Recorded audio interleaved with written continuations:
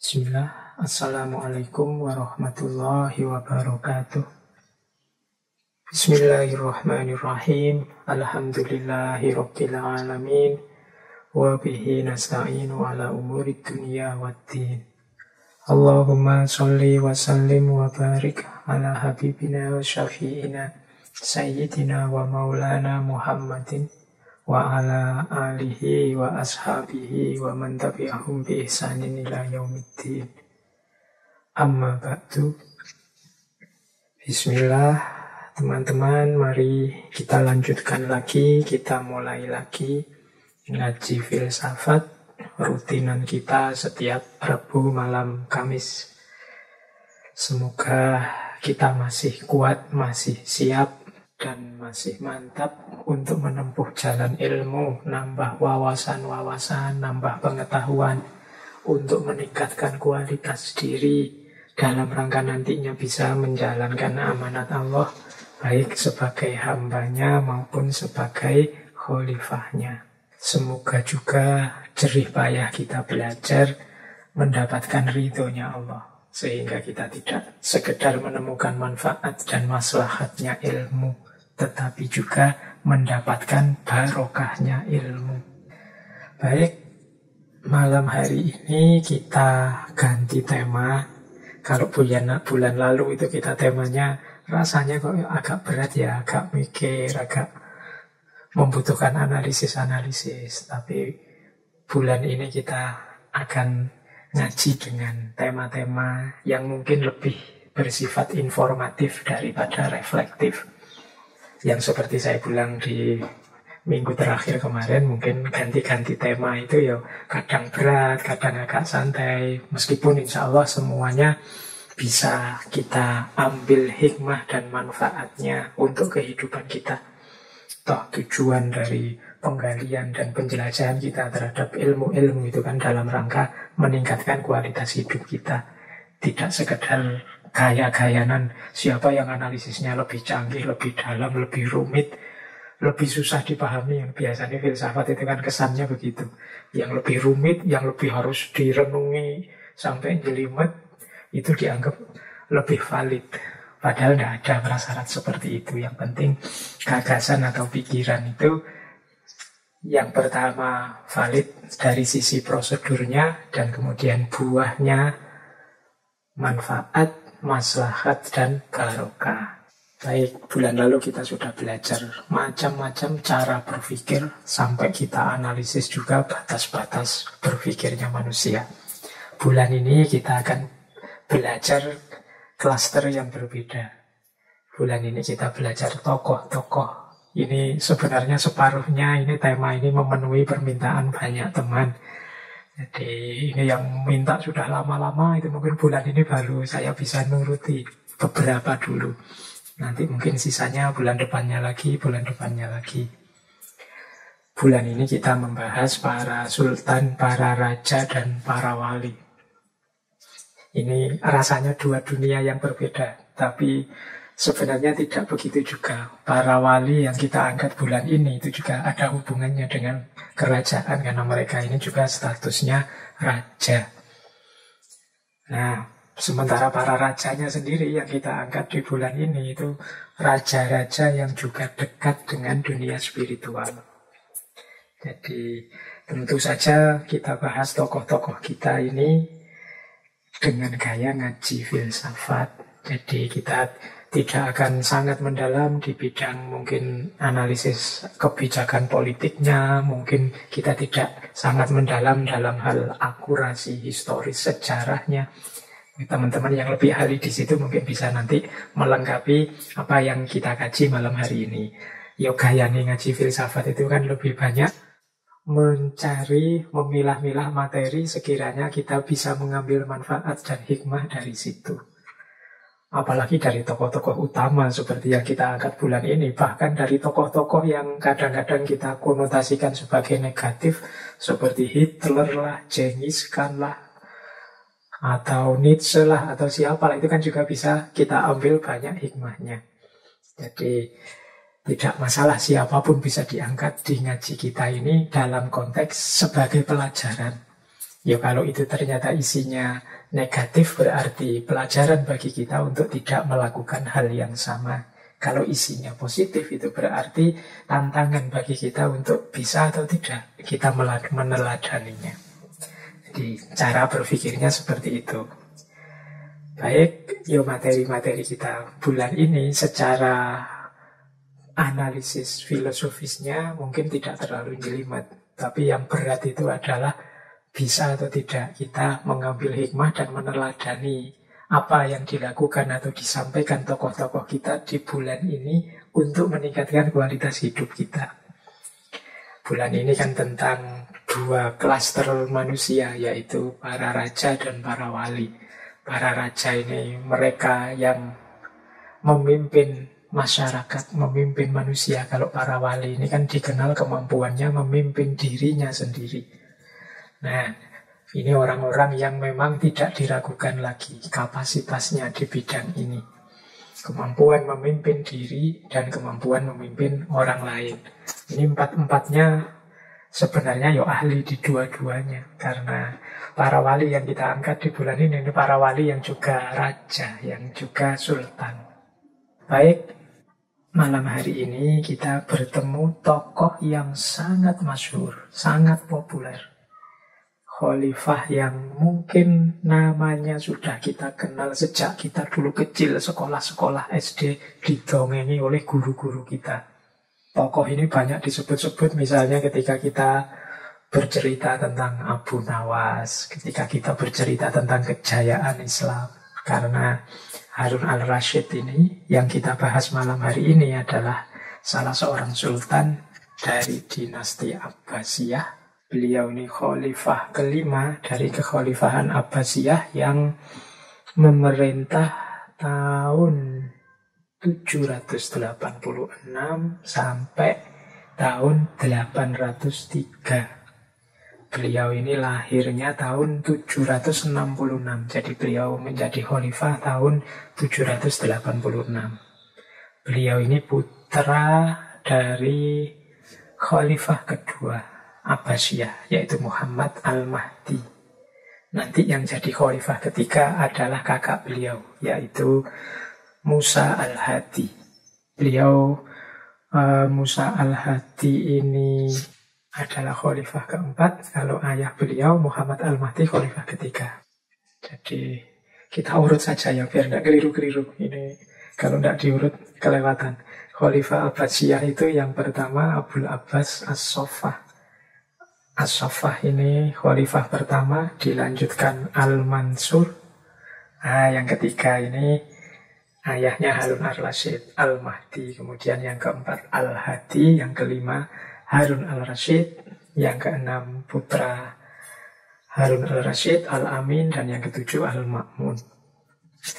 Nah, dinasti Abbasiyah ini salah satu dinasti yang digambarkan sebagai era emasnya sejarah Islam. Orang sering menyebut ini golden era.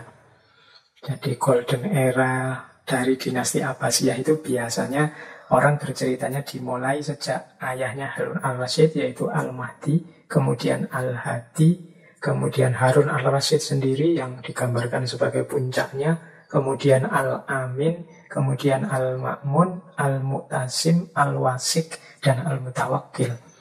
Ini 8 khalifah ini yang disebut berada di puncak era emasnya Islam. Dan puncak dari segala puncak itu biasanya disebutnya dua, Harun al-Rashid dan putranya Al-Ma'mun. Di era ini kekhalifahan Islam berada dalam puncak kemakmurannya, kekayaannya, luas membentang bahkan sampai India hingga ke wilayah-wilayah Afrika Utara. Nah, malam hari ini kita akan mencoba menggali apa yang kita bisa teladani dari Khalifah Harun al-Rashid ini.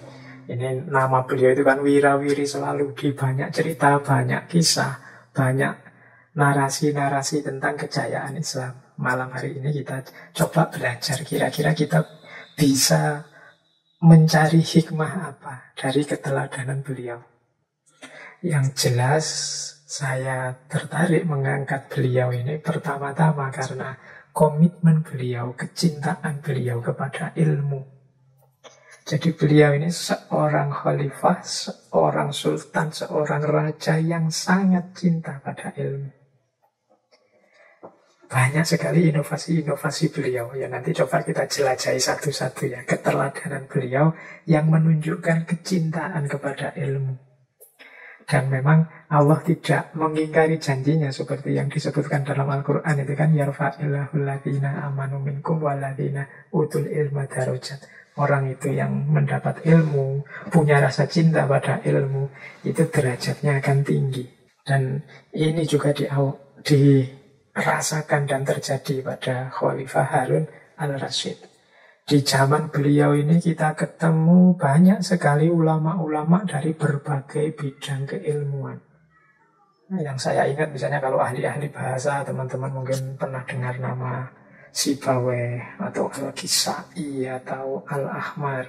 Ini tokoh-tokoh ahli bahasa. Para sufi, ini yang sering kita bahas. Robi'ah Al-Adawiyah, Syakik Al-Balkh, itu di eranya Harun al-Rasyid ini mereka hidup.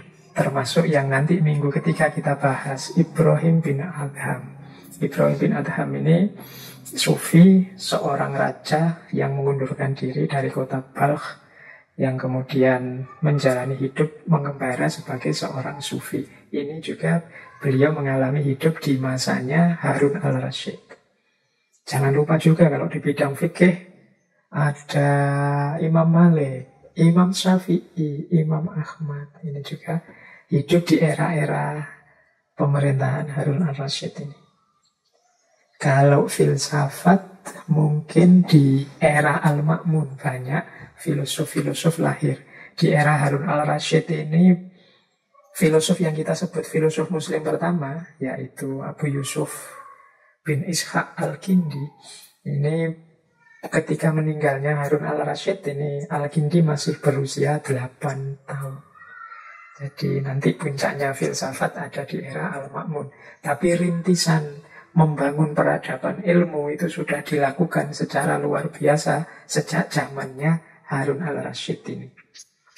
Jadi di zaman itu semarak sekali kegiatan-kegiatan ilmiah. Mungkin penting ya untuk kita introspeksi bahwa di antara kejayaan satu bangsa yang kalau kita mau belajar dari sejarah peradaban-peradaban manusia itu selalu saja yang jadi pusatnya peradaban adalah tempat di mana di situ jadi pusatnya kegiatan ilmiah sampai hari ini. Jadi zaman itu mungkin seperti kita hari ini ya, banyak di antara kita yang bercita-cita mimpi-mimpi bisa kuliah di Barat, bisa kuliah di Oxford, Harvard dan lain sebagainya. Nah, zaman Abbasiyah ini sebaliknya, mungkin dulu banyak orang dari seluruh penjuru dunia ingin bisa belajar sekolah di Baghdad yang dirintis oleh Harun al-Rasyid dan kawan-kawan karena peradaban ilmiahnya sudah maju. Sejauh hasil saya membaca itu berbagai kegiatan ilmiah dilakukan di zaman ini. Misalnya mengejar manuskrip, mencari naskah-naskah kuno itu banyak sekali dilakukan. Kemudian menerjemahkan karya-karya bahasa asing ke dalam bahasa Arab. Nah, itu banyak sekali. Ini nanti banyak membantu meningkatkan lahirnya peradaban ilmiah di dunia Islam. Kemudian membuat syarah-syarah, komentar-komentar atas karya orang terdahulu, tidak hanya karya bidang agama. Bahkan karyanya para filosof Yunani pun diterjemahkan dan disyarahi. Belum lagi karya-karya original mandiri. Belum lagi populer budaya, misalnya namanya budaya rihlah ilmiah dan kholwat ilmiah. Rihlah ilmiah itu berarti melakukan perjalanan-perjalanan kemana-mana untuk belajar, menemui para ahli ilmu.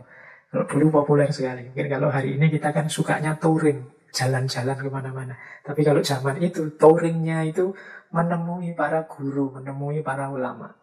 Sehingga ketika pulang ke rumah itu tidak hanya jasmaninya yang segar karena jalan-jalan kemana-mana, tapi juga rohaninya terbarukan. Nah, ini jadi budaya di sana. Nanti kita lihat ya bagaimana gaya perjalanan intelektual rihlah ilmiahnya Harun al-Rasyid ini. Beliau suka sekali berkunjung ke para ulama besar, berkunjung ke para sufi, meskipun beliau ini raja. Jadi harusnya kan raja itu tinggal manggil saja. Tapi zaman itu banyak ulama yang memang sangat istiqomah, serius dengan ilmunya, sehingga mungkin tidak memungkinkan bagi Harun al-Rasyid untuk memanggil mereka. Belum pasti mereka juga mau. Atau juga memang adab orang belajar, orang berilmu itu ya memang yang membutuhkan ilmu yang mendatangi gurunya.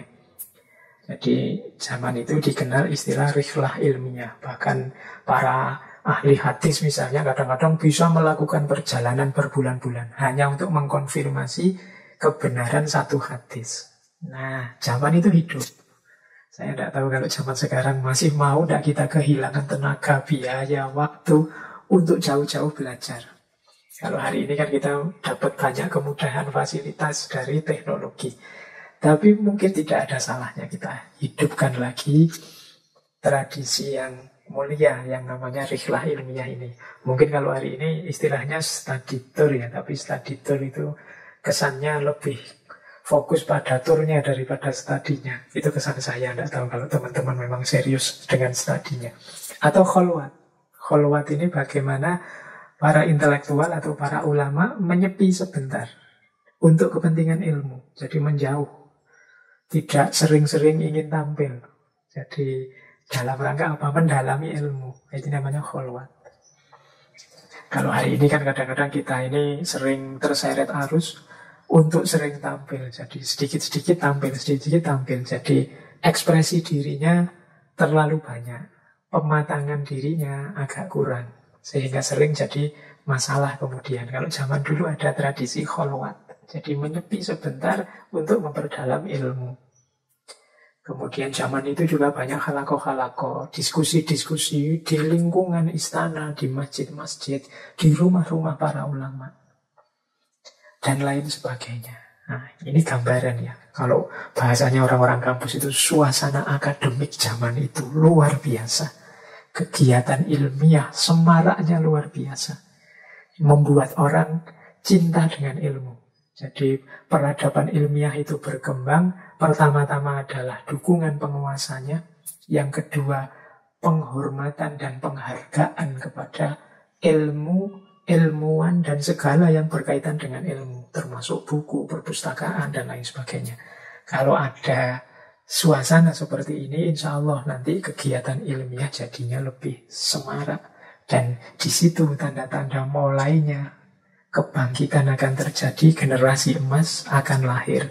Sebagaimana dulu terjadi zamannya Khalifah Harun al-Rasyid ini. Baik, saya tidak menjelaskan detail panjang lebar tentang beliau ini. Teman-teman mestinya juga yang tertarik bisa mencari di Google, mencari di buku-buku sejarah. Saya akan lebih fokus tentang apa yang bisa kita ambil manfaat dari tokoh ini. Kalau dari sisi kemakmuran kerajaan, tidak diragukan lagi.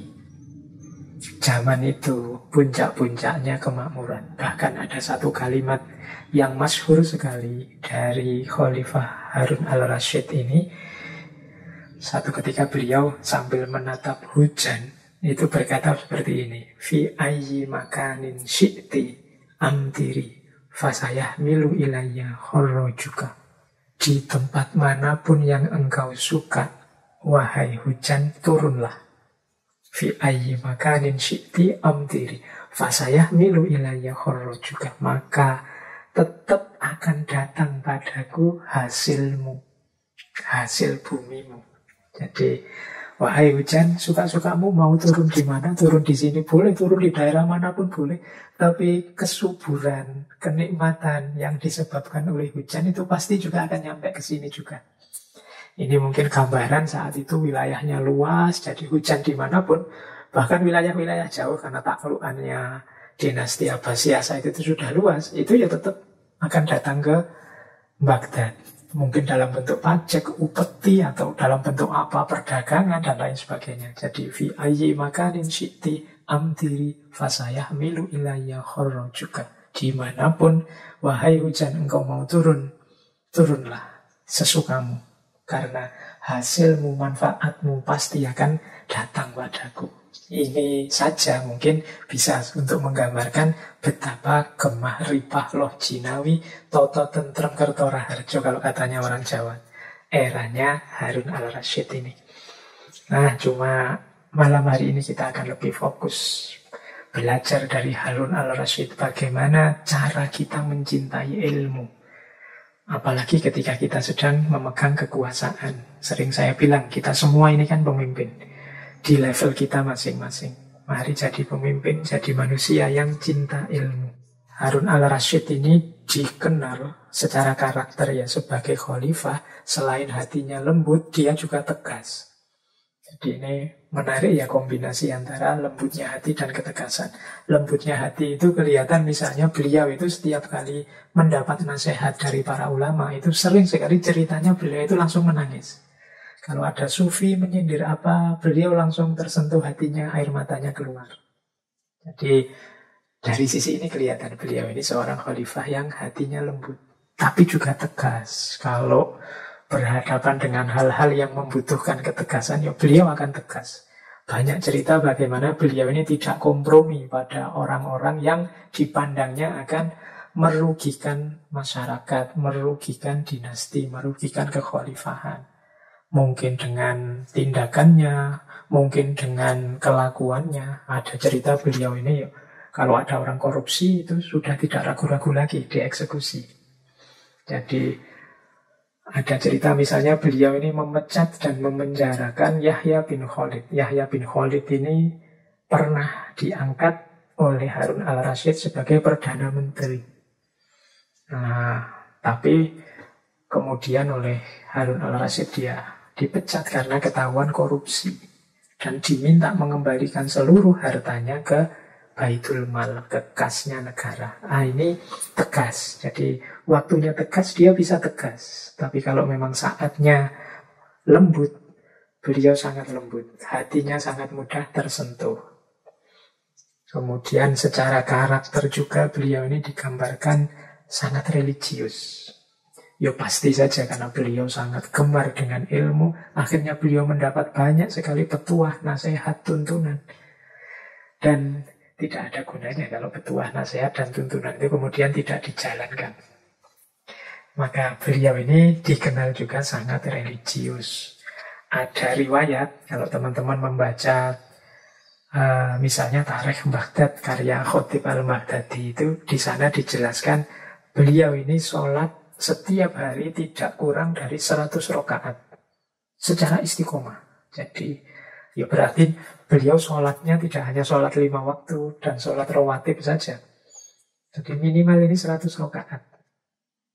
Ya kecuali ada halangan khusus misalnya perang atau apa. Jadi kalau tidak ada halangan, istiqomah beliau ini setiap hari sholat sebanyak 100 rakaat. Kemudian bersedekah, berderma. Setiap pagi beliau ini bersedekah 1000 dirham. Dan istiqomah juga. Setiap pagi beliau bersedekah 1000 dirham. Kemudian termasuk naik haji. Beliau ini diceritakan setiap 2 tahun sekali menunaikan ibadah haji. Kalau beliau beribadah haji itu biasanya beliau mengajak sekalian 100 ulama dan anak-anaknya diajak ikut. Kalau kok kebetulan tidak bisa berhaji tahun itu, maka beliau menghajikan 300 orang di tahun itu. Plus bekalnya, sangu-sangunya.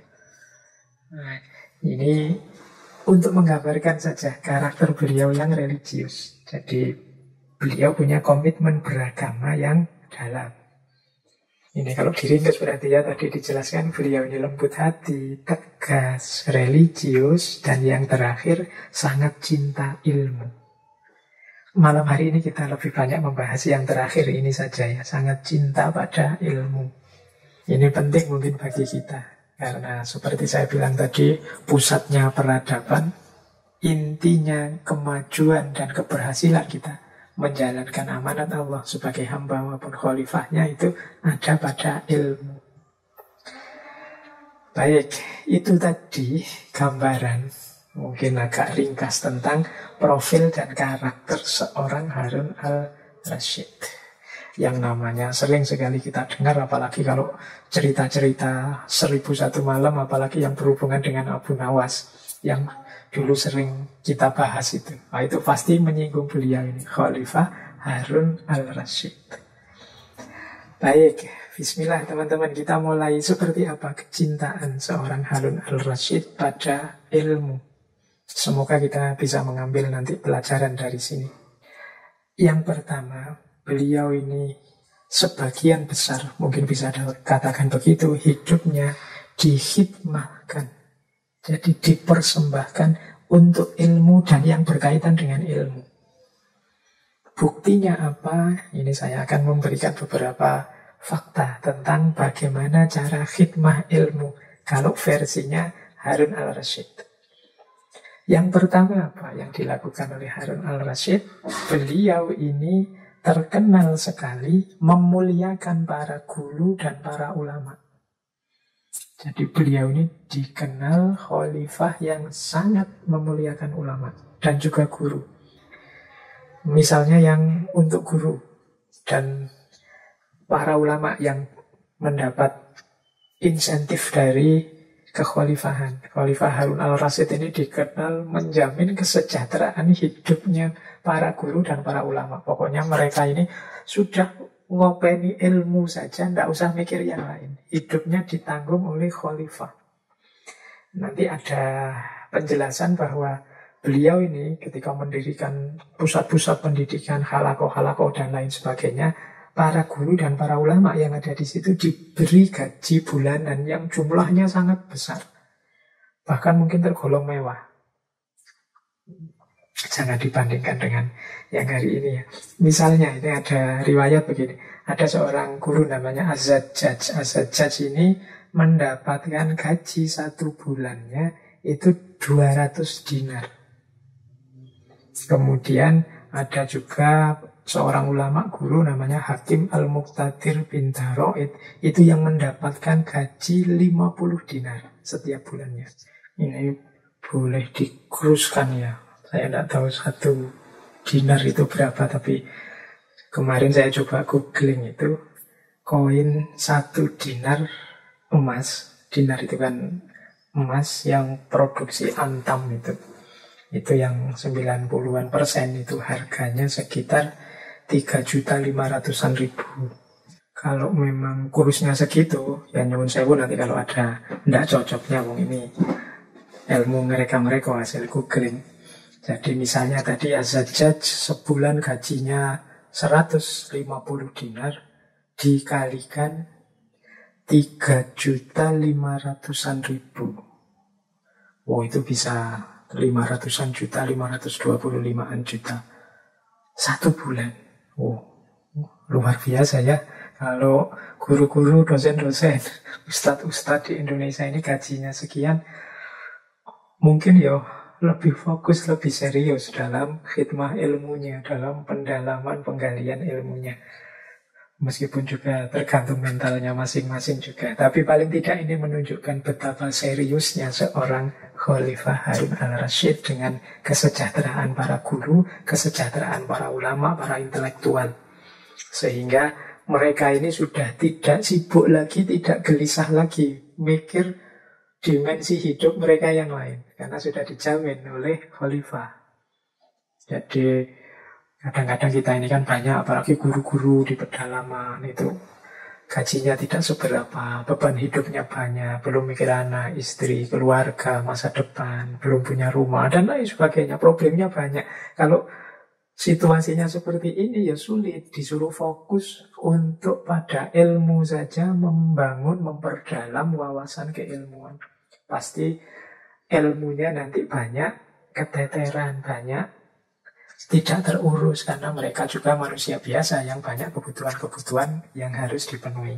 Nah, Khalifah Harun al-Rasyid meneladankan bagaimana cara memuliakan para guru dan ulama, antara lain dengan menjamin kesejahteraan hidup mereka.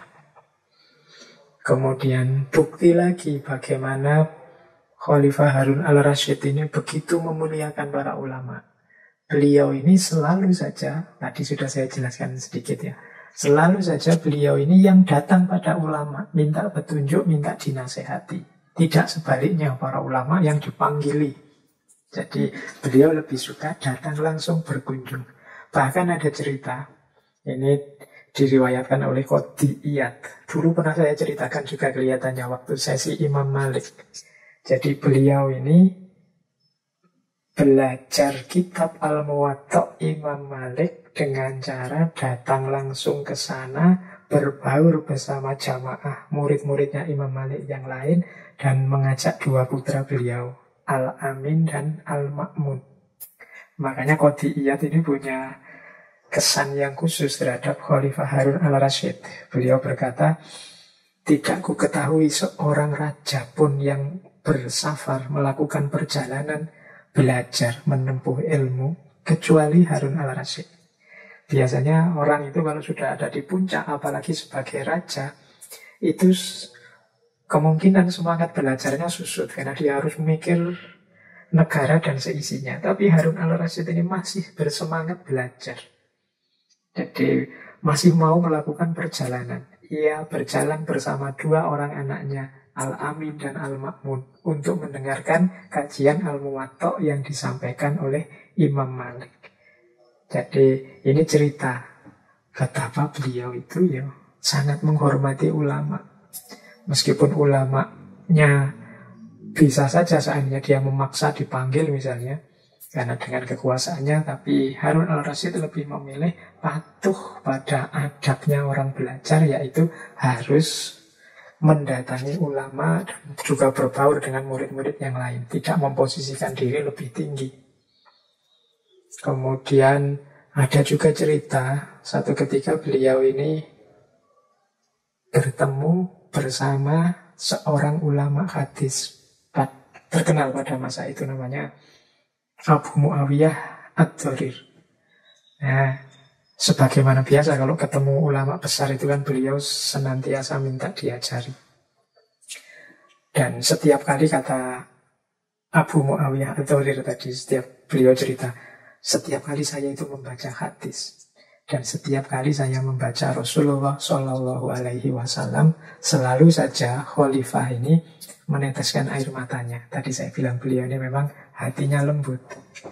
Nah, ternyata dalam pertemuan itu Khalifah Harun al-Rasyid ini memilih untuk melayani ulama hadis ini, melayani Abu Muawiyah. Beliau yang menyiapkan minumnya, kemudian menyiapkan tempat cuci tangannya dan lain sebagainya.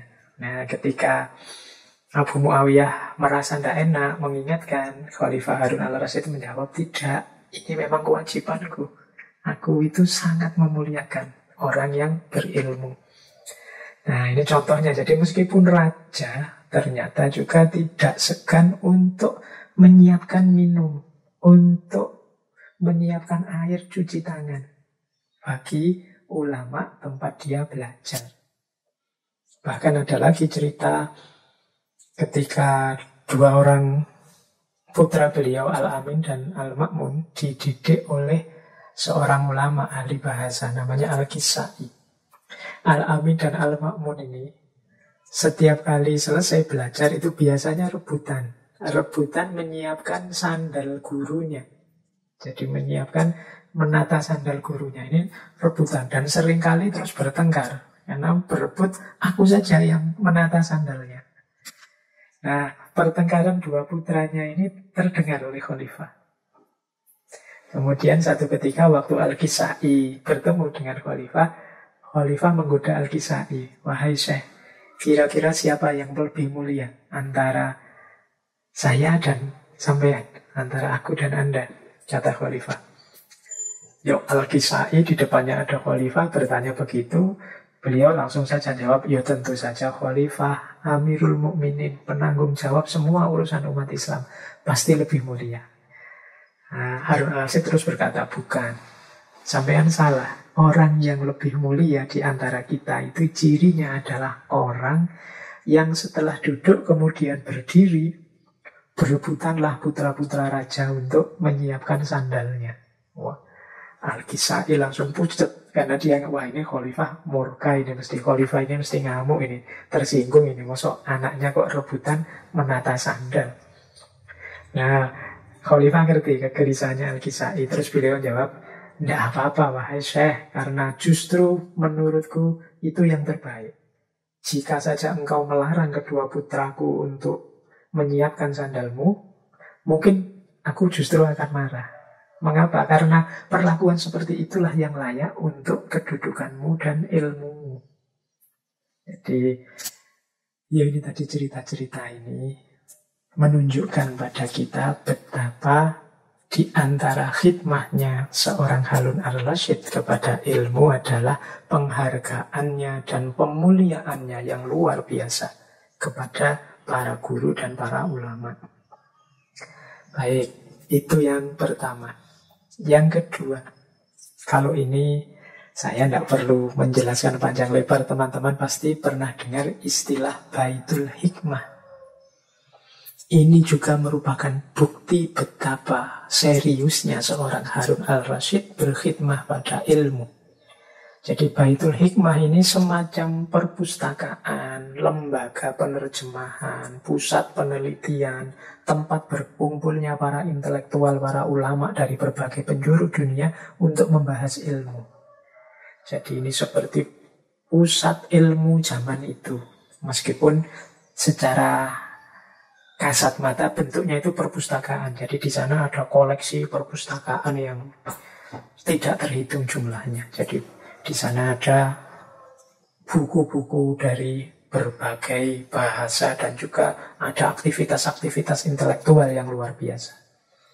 Nah, ada yang bilang bahwa kuncinya kejayaan era emas Islam zaman itu ya Baitul Hikmah ini. Baitul Hikmah itu kalau bahasa Inggrisnya House of Wisdom. Kalau bahasa Indonesianya rumah kebijaksanaan. Disinilah nanti umat Islam berinteraksi dengan berbagai literatur, berbagai wawasan keilmuan yang baru. Yang kemudian diambil kebijakan oleh Khalifah Harun al-Rasyid dengan penerjemahan besar-besaran. Nah ini kan menarik ya. Jadi kalau kita hari ini mungkin yang tidak ngerti bahasa asing dipaksa untuk ngerti bahasa asing. Tapi Khalifah Harun al-Rasyid lebih milih kebijakan diterjemahkan. Sehingga orang tidak perlu capek-capek lama belajar bahasa asing, tapi dia bisa menikmati berbagai khazanah asing lewat penerjemahan-penerjemahan. Sehingga terjadi lonjakan orang pinter yang banyak secara masif, secara luar biasa. Nah, ini menurut saya salah satu bukti betapa seriusnya, betapa khidmah ilmiah dari seorang Harun al-Rasyid kepada ilmu. Dan nanti puncaknya Baitul Hikmah ini ya zaman Khalifah Al-Ma'mun. Ada juga yang bilang sebenarnya nama Baitul Hikmah itu memang di era Khalifah Al-Ma'mun. Di era Khalifah Harun al-Rasyid ini namanya masih Khizanatul Hikmah. Tapi ya monggo saja siapa yang pinter sejarah silahkan ditelusuri. Tapi yang jelas institusi ini ada sejak zamannya Khalifah Harun al-Rasyid. Meskipun sayangnya nanti setelah Baghdad dihancurkan oleh Hulagu Khan dari Mongol, ini cucunya Genghis Khan yang dulu kita bahas, sekitar tahun 1258 Baghdad hancur, di bumi hanguskan, segala isinya dibakar, istana-istananya, Baitul Hikmah juga dibakar. Banyak buku-buku yang dihancurkan dibuang ke sungai, sehingga ada riwayat bahkan sungai-sungai di Baghdad saat itu warnanya hitam karena kena lunturannya tinta. Dimulai sejak saat itu. Kemudian peradaban intelektual Islam melayu. Melayu itu semakin layu. Bisa jadi sampai hari ini. Kalau peradaban politiknya sih mungkin naik turun ya, masih bisa menang lagi, bisa di beberapa tempat. Tapi yang bagian keilmuan ini, sejak hancurnya Baitul Hikmah itu kita tidak mengalami lagi era keemasan, menikmati jayanya, indahnya umat Islam yang merayakan ilmu-ilmu. Nah ini jadi yang kedua, bukti khidmahnya khalifah itu ada pada gerakan penerjemahan.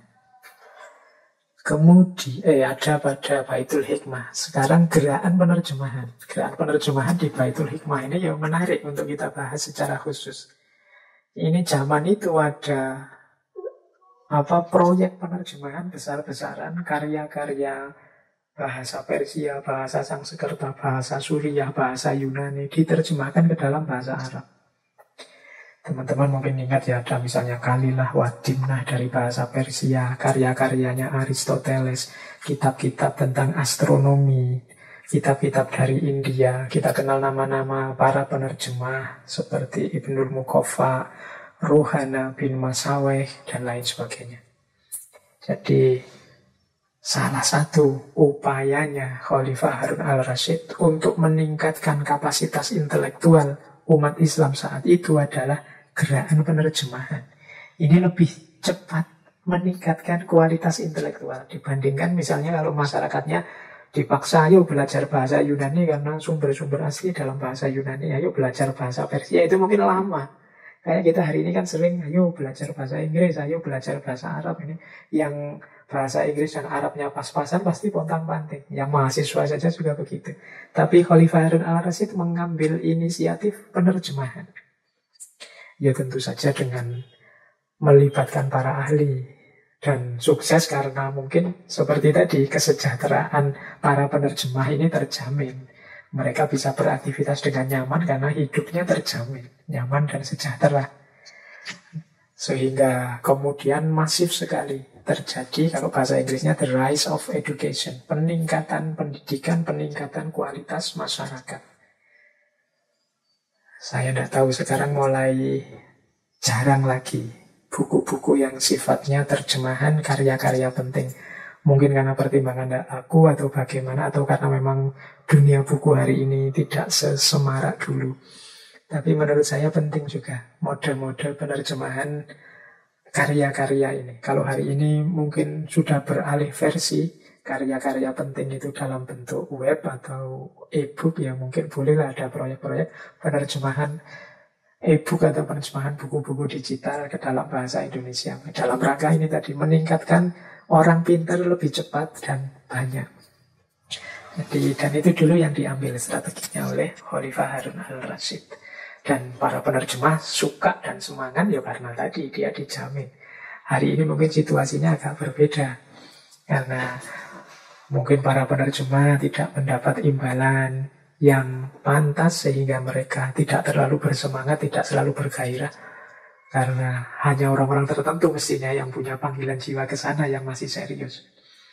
Tapi coba mungkin perlu dipertimbangkan untuk dunia pendidikan kita, gerakan-gerakan seperti penerjemahan ini, sehingga bisa meningkatkan kualitas masyarakat dengan lebih cepat. Kadang-kadang kan sandungannya kita hari ini itu kan bahasa. Ya memang idealnya setiap orang, banyak orang kita sarankan belajar bahasa asing. Tapi kan ini proses yang lama.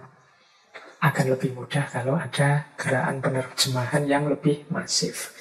Nah, logika ini dulu dipakai oleh Khalifah Harun al-Rasyid dan sukses. Melahirkan generasi emasnya Islam. Pada saatnya setelah para ulama di dunia Islam menghasilkan banyak karya-karya original dalam bahasa Arab, akhirnya sebaliknya justru karya-karya umat Islam itu yang diterjemahkan, diadopsi ke dalam bahasa asing. Baik, ini yang dulu dilakukan oleh Khalifah Harun al-Rasyid. Kemudian, semua yang di atas tadi sebenarnya menunjukkan betapa Khalifah Harun al-Rasyid ini sangat perhatian terhadap kerja intelektual dan karya intelektual. Jadi, ini melanjutkan yang tadi ya. Beliau ini sangat apresiatif, sangat menghargai. Ada cerita begini.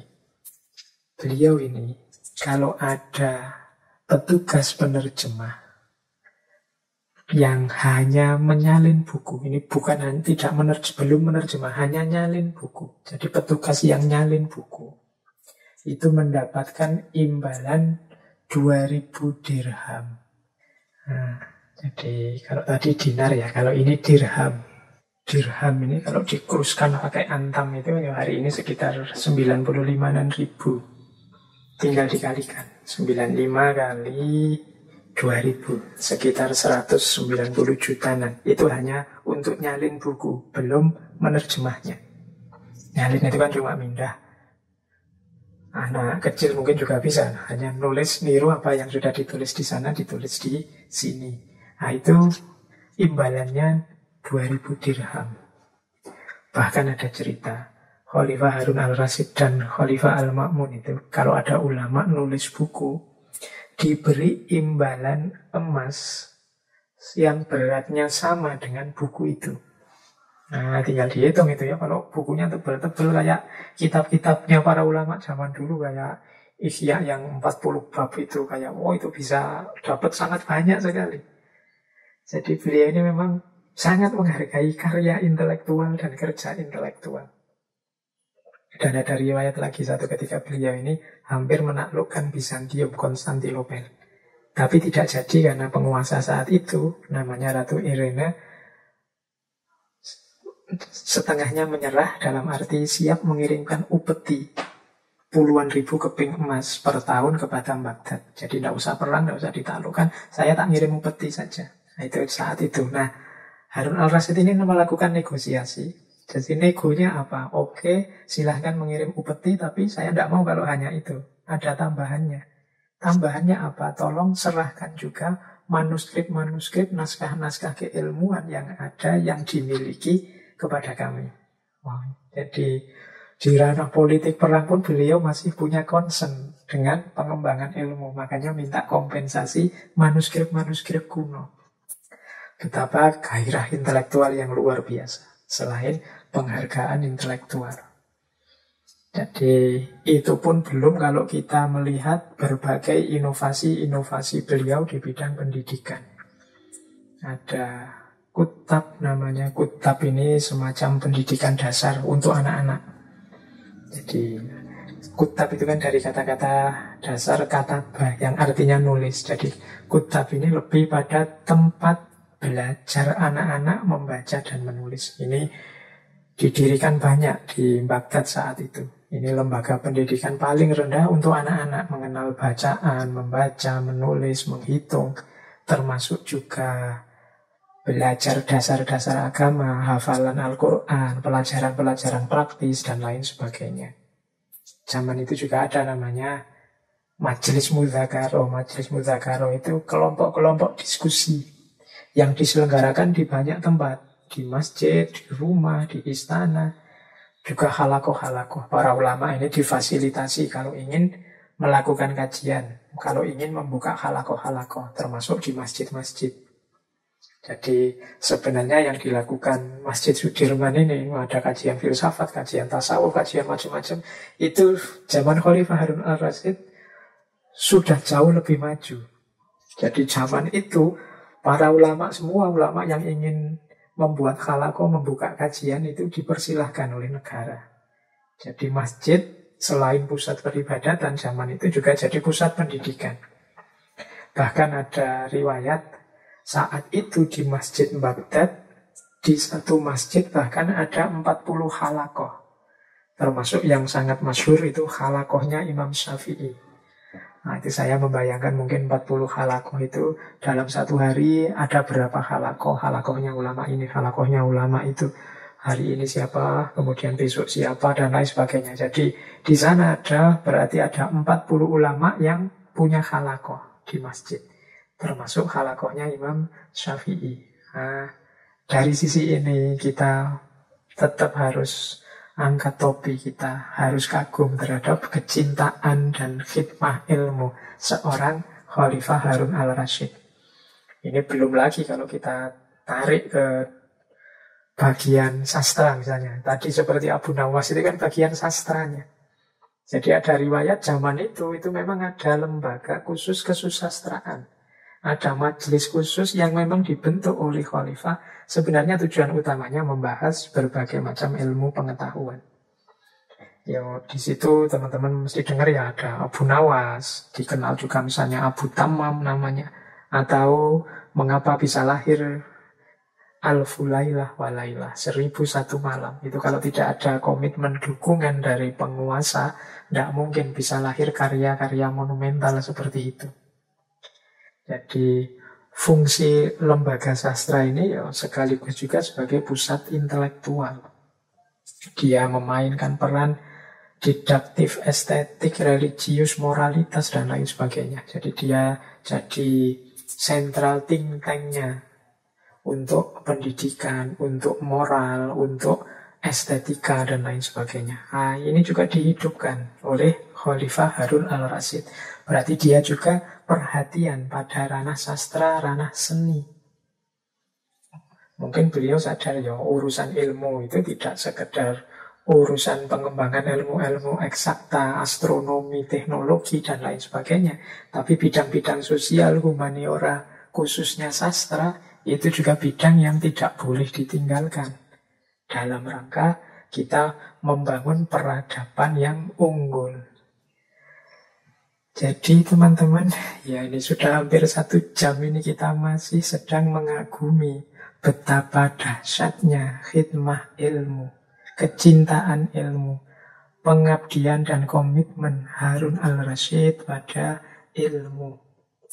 Ini mungkin penting ya untuk kita semua, kita jadikan benchmark. Nanti mungkin di antara teman-teman ini ada yang punya kekuasaan menjadi pemimpin di level apapun, tolong jangan lupa kepedulianmu, pengabdianmu, concernmu terhadap bidang ilmiah atau ilmu-ilmu.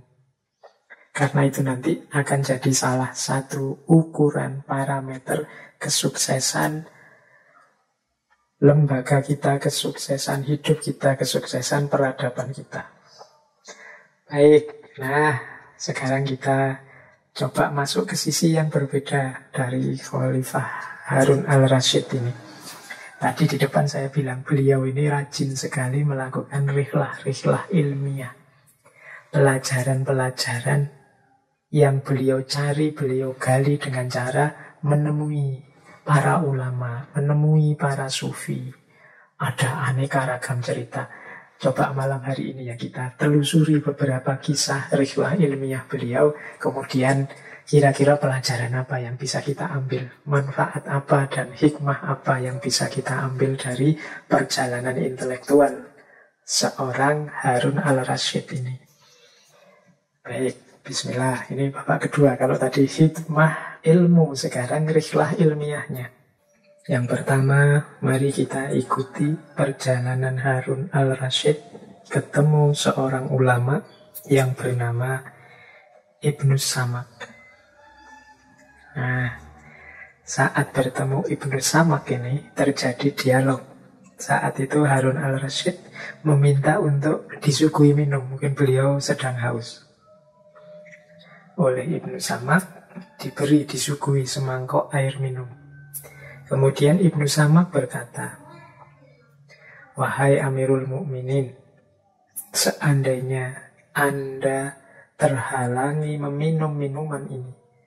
Jadi maksudnya Ibnu Samak, 1 mangkok ini pun Anda tidak dapat. Atau dapat tapi terhalangi sehingga tidak bisa minum. Misalnya dipegang orang yang orang ini mau menjual dengan harga mahal. 1 mangkok air ini, dengan apa kira-kira Anda akan membelinya? Kata Harun al-Rasyid, dengan setengah kerajaanku. Jadi ini maksudnya kan kalau kita sudah sangat haus, sangat kehausan, tidak ada air, satu-satunya air 1 mangkok itu dimiliki orang, kemudian orang itu mau menjual. Itu mungkin bayangkan saja kita di tengah padang pasir, tidak ada air sama sekali, ketemu orang yang bawa air semangkok. Itu kata Harun al-Rasyid itu. Kalau situasinya seperti itu, bahkan dengan setengah kerajaanku pun akan aku beli. Oke, Ibnu Samak kemudian melanjutkan, baik, kalau gitu minumlah dulu, semoga Allah memberikanmu ketenangan. Setelah Harun al-Rasyid selesai minum, Ibnu Samak kemudian bertanya lagi, wahai Khalifah, seandainya air yang sudah diminum tadi tidak bisa dikeluarkan lagi. Ya ini maksudnya tidak bisa kencing sekarang, sudah minum tidak bisa keluar lewat air kencing. Air kencingnya terganggu misalnya, kan ada itu penyakit-penyakit orang yang tidak bisa kencing. Dengan apa Anda akan menebusnya? Maka Harun al-Rasyid menjawab, kalau situasinya seperti itu sudah mengancam jiwa itu, kalau sudah penyakitnya seperti itu. Bahkan dengan seluruh kerajaanku pun aku mau bertukar. Biar sembuh, biar tidak sakit ginjalnya, biar bisa kencing lagi.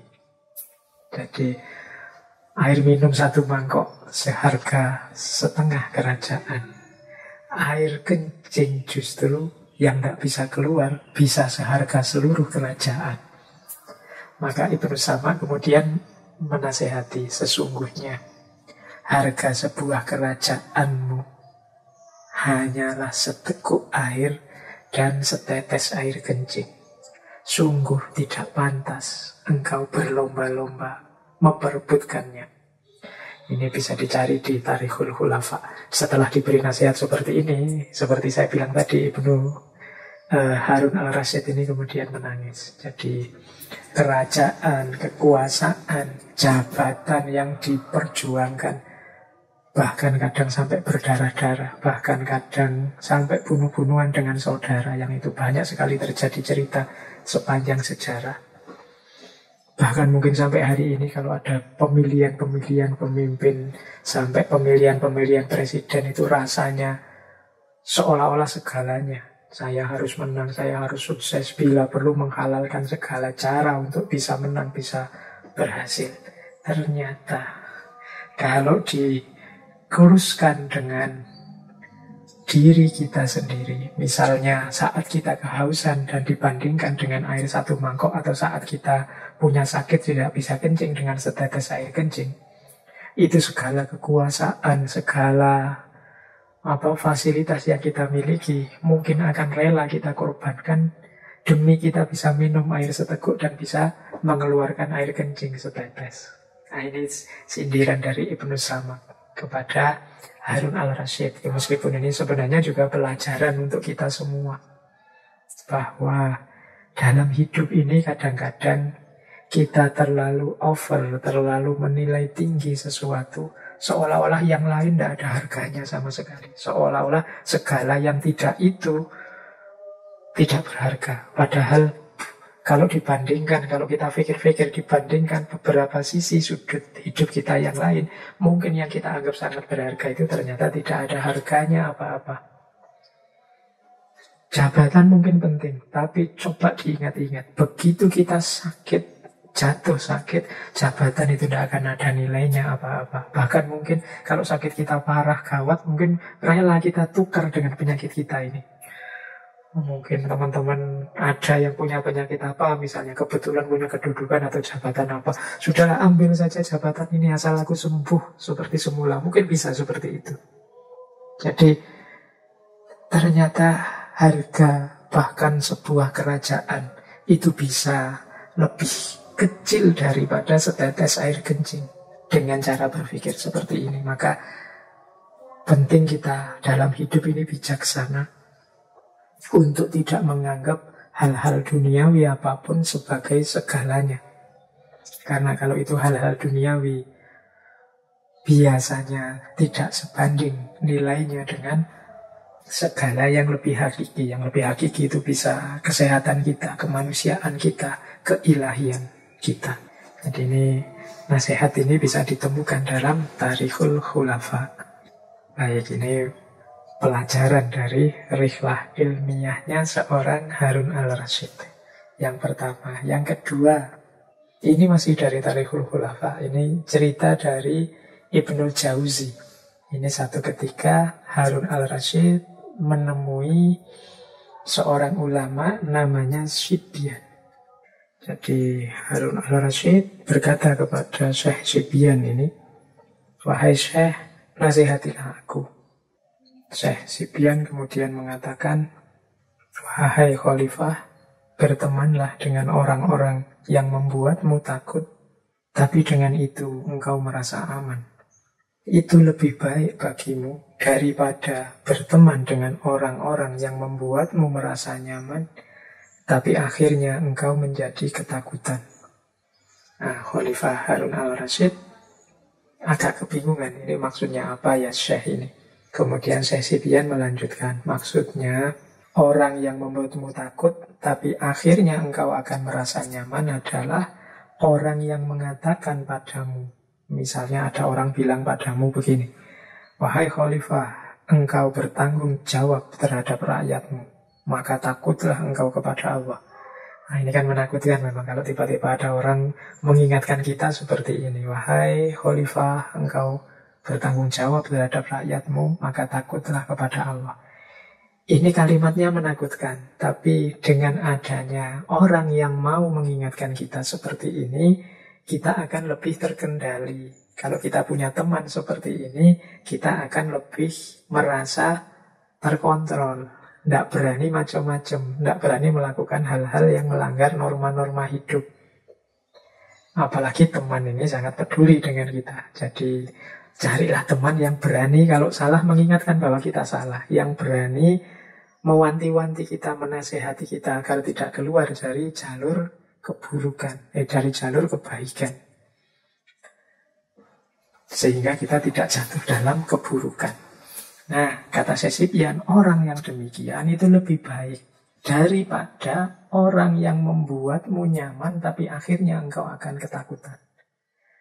Misalnya, jadi ini biasanya orang yang muji-muji dulu, menjilat, dan pada akhirnya ketika kita terlena, kemudian kita akan jatuh. Kata Sesipian, daripada engkau mendengarkan teman yang selalu muji, yang selalu mengatakan, misalnya, wahai khalifah, engkau ini orang utama, engkau ini ahlul bait, Allah akan mengampuni dosamu, engkau adalah punya jalur keturunan langsung ke Nabi, maka dosa-dosamu akan diampuni. Nah, ini dalam istilahnya Sesipian itu orang yang membuat nyaman, tapi pada akhirnya bisa membuat kita ketakutan, karena kita lalai, karena kita lupa dengan tugas dan tanggung jawab kita. Jadi ini nasihat bagi kita juga dari Sesipian untuk mencari teman, mencari sekutu yang berani bilang salah kalau kita salah, berani mengingatkan kalau kita keliru, berani menunjukkan kita jalan yang benar kalau kita sesat. Teman lo ya, teman itu kalau mengkritik dasarnya kepedulian, bukan melecehkan atau merendahkan kita karena wah dasar orang tidak tahu, dasar orang bodoh, dasar orang tidak pintar, sini tak kasih tahu. Nah, itu beda konotasinya. Ini teman. Jadi teman itu yang memang kadang-kadang kata-katanya nyelekit, tapi dalam rangka biar kita sadar, biar kita bangkit. Daripada teman yang senantiasa menjilat kita, memuji-muji kita. Wah, sampean hebat sekali, sampean luar biasa, sampean terkenal sekali sekarang, sampean wah sudah followernya, subscribernya, pengikutnya sudah banyak, luar biasa, kagum saya.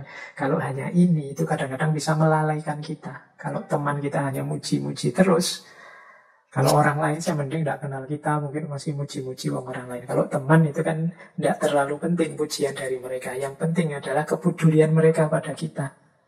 Jadi mereka selalu peduli tentang apakah kita masih on the right track atau jangan-jangan sudah nyeleweng-nyeleweng, sudah nyimpang-nyimpang. Jadi ini pelajaran juga yang diperoleh dari rihlah ilmiahnya seorang Harun al-Rasyid, bertemu para ulama. Kemudian ada juga kisah yang masyhur sekali, yaitu pertemuan Khalifah Harun al-Rasyid dengan seorang sufi terkenal namanya Fudail bin Iyad. Ini salah seorang sufi yang juga sangat populer. Fudail bin Iyad ini sufi alamah yang perjalanan hidupnya menarik. Beliau ini awalnya adalah seorang perampok yang biasanya merampok kafilah-kafilah yang melewati padang pasir, yang melewati daerah kekuasaannya.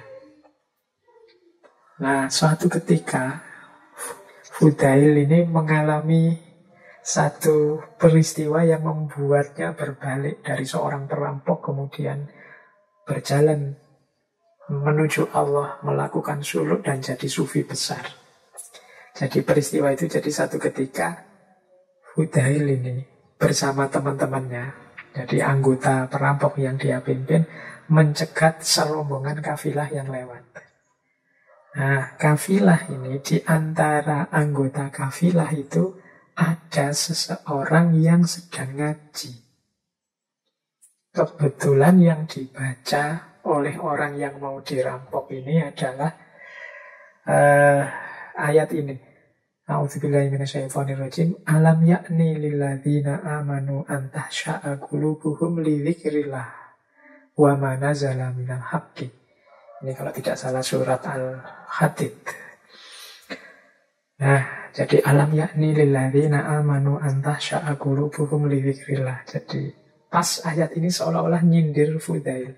Jadi Fudail ini sedikit-sedikit juga ngerti agama, meskipun ngerampok juga masih sholat. Ya, mudahnya begitu. Nah, ayat ini artinya belum jugakah datang saatnya bagi orang-orang beriman untuk menundukkan hati mereka, mengingat Allah dan menuju kebenaran yang telah turun. Jadi, alam yakni lilladzina amanu an tahsya'a qulubuhum. Apakah belum sampai waktunya? Apakah belum nyampe timingnya? Ini juga untuk kita semua ya teman-teman, ini kan termasuk para pejalan semua sedang melacak mencari kebenaran yang pastinya sudah banyak sekali ketemu dengan referensi-referensi kebenaran dalam hidup kita. Apakah belum saatnya? Ini kalau membaca ayat ini ya, yuk dimulai perjalanan kita menuju Allah. Yuk nawa itu diseriusi, peningkatan kualitas diri kita, segala aktivitas kita. Semoga tambah dekat selangkah demi selangkah kepada Allah. Mau nunggu apa lagi? Nunggu pandemi selesai, nunggu punya pekerjaan tetap, nunggu punya istri dan anak, atau nunggu apa lagi? Wong itu semua tidak bisa dijadikan jaminan batas waktu jatah hidup kita di muka bumi ini. Jadi ini ayat yang menyindir Fudail, semoga juga menyentuh hati kita. Masih belum tibakah waktunya? Alam yakni lilladzina amanu, wahai kalian orang-orang yang beriman. Kita kan semua beriman ini kan insya Allah. Antahsya'a qulubuhum, untuk menundukkan hatimu li dzikrillah, sebagai jalan untuk mengingat Allah. Jadi setelah mendengarkan ayat ini, Fudail ini semacam terkejut. Ini kan kalau bahasa saya kan ini momen dia meletik, tiba-tiba kesadarannya lahir, terus dia bertobat dari segala dosanya, segala kesalahannya di masa lalu.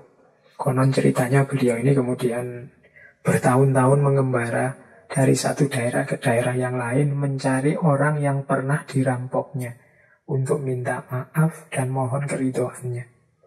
Jadi ini salah satu jalan dia untuk bertobat. Nah, sufi besar ini salah satu yang sangat dihormati oleh Khalifah Harun al-Rasyid. Nah, ketika Khalifah merasa gelisah, suatu hari beliau berkunjung ke kediaman Fudail bin Iyad ini. Kemudian meminta nasihat. Nah, mari kita dengarkan nasihatnya Fudail kepada Khalifah. Kata Fudail begini, wahai Amirul Mukminin, negara yang Anda pimpin ini ibarat satu keluarga besar. Para orang tua di antara rakyatmu adalah ayahmu. Kaum wanita adalah ibumu dan para remaja adalah anak-anakmu. Perlakukanlah mereka seperti ayahmu, ibumu, saudaramu, dan anak-anakmu sendiri. Jadi ini nasihatnya Fudail. Kamu itu bertanggung jawab pada yang engkau pimpin. Kemudian diberi tips, perlakukanlah orang-orang yang engkau pimpin itu, kalau dia orang tua dan kebetulan laki-laki, anggaplah sebagai ayahmu sendiri. Kalau dia perempuan, anggaplah sebagai ibumu sendiri. Ini kalau yang sudah berumur, kalau yang masih muda seumuranmu, anggaplah saudara-saudaramu sendiri. Kalau masih remaja, anggaplah anak-anakmu sendiri. Berkomitmen pada keluarga ini kan biasanya jauh lebih mudah. Kita berbakti pada orang tua itu tidak keberatan sama sekali. Kita berkorban untuk anak-anak kita itu kan tidak berat sama sekali. Maka katanya Fudail, Amirul Mukminin, perlakukan semua rakyatmu sebagaimana engkau melakukan kepada keluargamu.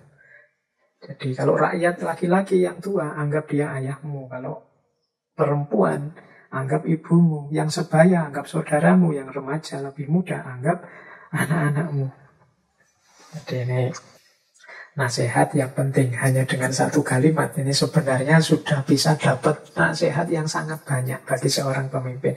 Tidak perlu lagi pakai kalimat-kalimat variasi yang macam-macam. Jadi sudahlah, kalau engkau sedang mimpin, kebetulan yang engkau pimpin itu orang yang lebih junior darimu, anggaplah adikmu atau anak-anakmu. Kalau sebaya denganmu, anggap sahabatmu, saudaramu sendiri. Kalau lebih tua, kalau laki-laki, anggap ayahmu. Kalau perempuan, anggap ibumu. Ini sudah cespleng, sudah tidak rumit. Nah, mendapat nasihat yang sangat berharga ini, kemudian Khalifah berniat menghadiahkan beberapa uang kepada Fudail. Dan ini bukan uang dari negara, kata Khalifah, ini uang yang halal. Wahai Syekh, ini warisan dari ibuku, kata Khalifah. Nah, Fudail diberi amplop uang, ini malah marah dia. Jadi beliau bukan ulama yang menunggu amplop. Jadi Fudail menolak pemberian itu, terus berkata, wahai Amirul Mukminin, ternyata nasihat yang telah aku berikan tidak ada gunanya sama sekali. Karena engkau mulai lagi dengan perbuatan dosa, melanjutkan ketidakadilan. Aku mengajakmu menuju keselamatan, tapi engkau menyeretku pada godaan duniawi. Nah, ini kritiknya Fudail sekarang pada Khalifah. Wong yo, aku ini kan baik-baik ngasih kamu nasihat loh. Itu kan aku ngajak kamu selamat, berarti kamu malah ngasih aku uang. Ini kan berarti kamu sedang menggodaku, sehingga kamu pameri hal-hal duniawi. Oh, itu namanya tidak sopan. Dan ini juga membuktikan nasihatku tidak sukses, tidak berhasil. Apa begitu kalau kita berhadapan dengan orang tua kita? Memberikan godaan pada orang tua harusnya dianggap ayahnya. Nah, Fudail terus meneruskan, gini loh Khalifah, kembalikan milikmu ini kepada mereka yang berhak. Dan jangan beri padaku. Berikan saja pada orang yang membutuhkan. Aku tidak butuh itu. Nah, ini katanya Fudail. Nah, terus setelah itu Khalifah pulang sambil minta maaf, menyesal. Dalam perjalanan Khalifah kemudian berkata, sebenarnya bukan aku yang raja itu. Yang raja itu ya Syekh Fudail. Dialah raja yang sesungguhnya. Cirinya apa raja yang sesungguhnya itu? Kemewahan dunia baginya kecil, tidak ada artinya. Sehingga diberi uang dinar sebanyak itu, tetap dia tidak tergoda dan menolak. Ini juga pelajaran berharga bagi Harun al-Rasyid. Tidak hanya nasihatnya Syekh Fudail, tapi perilaku zuhud dan sikap wiro'inya mengesankan bagi Khalifah. Dari situ beliau bisa mengambil pelajaran yang berharga. Baik, kita lanjutkan. Kita jalan-jalan lagi, ketemu lagi. Kalau yang bertemu Abu Nawas saya tidak cerita nih, teman-teman cari sendirilah di sesi ketika dulu kita ngaji tentang Abu Nawas. Di situ banyak sekali cerita-cerita tentang kebersamaan Khalifah Harun al-Rasyid dengan Abu Nawas. Kita sekarang cerita pertemuan beliau dengan seorang sufi lagi, yang kali ini jauh lebih aneh daripada Syekh Fudail. Jadi Khalifah Harun al-Rasyid ini satu ketika menemui seorang sufi namanya Bukhlul bin Amr. Ini ada yang membacanya Bahlul, ada yang membacanya Buhlul. Saya milih membaca Buhlul saja ya. Jadi beliau ini dikenal namanya Buhlul al-Majnun. Nah, ini yang pakai kata-kata Bahlul ya berarti Bahlul al-Majnun, Syekh Bahlul atau Syekh Buhlul. Ini kata-kata Bahlul ini kan diserap dalam bahasa kita sehari-hari. Kalau ada orang edan, orang tidak jelas itu terus kita jawab, dasar inti Bahlul. Nah, ini mungkin nama sufi ini sebenarnya. Jadi namanya Bahlul al-Majnun. Nama lengkap beliau Abu Wahab Buhlul bin Amr As-Sirafi al-Kufi. Nah, nama al-Kufi ini berarti menunjukkan beliau lahirnya di Irak. Memang beliau hidup di Kufah, Irak. Beliau hidupnya zaman Khalifah Harun al-Rasyid. Beliau ini dikenal karena juga banyak punya syair-syair, punya qasidah-qasidah. Jadi beliau ini punya karya yang isinya qasidah-qasidah, yaitu Al-Qasidah Al-Bukhluliyah, Qasidah Ibnu Arus, Qasidah Al-Fiyasiyah. Itu karyanya Syekh Bukhlul ini. Beliau ini agak aneh. Orang-orang sekelilingnya menganggapnya kayak orang gila. Jadi beliau ini sehari-hari hidup di area pemakaman umum. Sering dipermainkan anak kecil-kecil. Karena beliau suka kumpul-kumpul bareng anak kecil-kecil. Kadang-kadang sampai dilempari batu. Jadi, dan cerita-cerita kelucuan tentang Buhlul atau Bahlul ini mungkin setara kayak kemarin ketika kita menjelaskan tentang Syekh Nasruddin Hoja. Nah, suatu ketika Khalifah Harun al-Rasyid ini menemui Syekh Buhlul ini. Beliau melihat Syekh Buhlul ini sedang duduk-duduk di kuburan, di pemakaman. Nah, sambil ngajak guyon, Khalifah Harun ini menyapa, "Wahai Buhlul yang majnun, wahai Buhlul al-majnun, kapan sampean ini bisa sembuh?" Nah, Buhlul terus jawab sapaannya Khalifah ini. Dibalas oleh Buhlul, "Wahai Harun yang majnun, sebenarnya aku apa kamu sih yang gila itu?" Nah, ini pancingannya Khalifah berhasil, ingin mengundang responnya Buhlul. Terus Khalifah balik bertanya, "Lah kok kenapa aku juga kamu anggap gila?" kata Khalifah. Buhlul terus jawab begini, "Wahai Khalifah, bukankah kita tahu bahwa istana dan kekuasaanmu itu akan musnah? Sementara tempat ini, kuburan ini, adalah tempat kita yang lebih abadi. Itulah mengapa aku bersiap-siap untuk tinggal di sini. Sementara engkau justru menyibukkan diri dengan istanamu, yang kelak pasti akan runtuh, pasti akan musnah. Engkau terlihat begitu benci, begitu tidak suka kalau pindah dari istana menuju kuburan." Ya, buktinya kan kalau di istana itu sering ada intrik-intrik, pemberontakan-pemberontakan yang kemudian dilawan, dihancurkan dengan pembunuhan-pembunuhan juga. Itu kata Buhlul ini menunjukkan betapa enggannya engkau untuk pindah dari istana menuju kuburan. Padahal engkau tahu, disitulah kelak tempat kembalimu dengan pasti. Jadi kita tahu istana pasti akan hancur, dan kita juga tahu kuburan ini lebih abadi, kita semua akan ke sini. Itulah mengapa aku bersiap-siap hidup di sini, karena ini lebih abadi, sementara engkau justru bersiap-siap sibuk dengan istanamu sendiri. Loh, kalau seperti ini, katanya Buhlul, siapa yang gila? Aku atau kamu? Bukankah aku milih yang lebih sejati, kau milih yang fana dan hancur? Mendapat kritik ini, Khalifah kemudian tergetar hatinya, menangis. Saya bilang tadi, beliau memang lembut hatinya. Demi Allah, kata Khalifah, benar sekali yang engkau sampaikan, wahai Buhlul.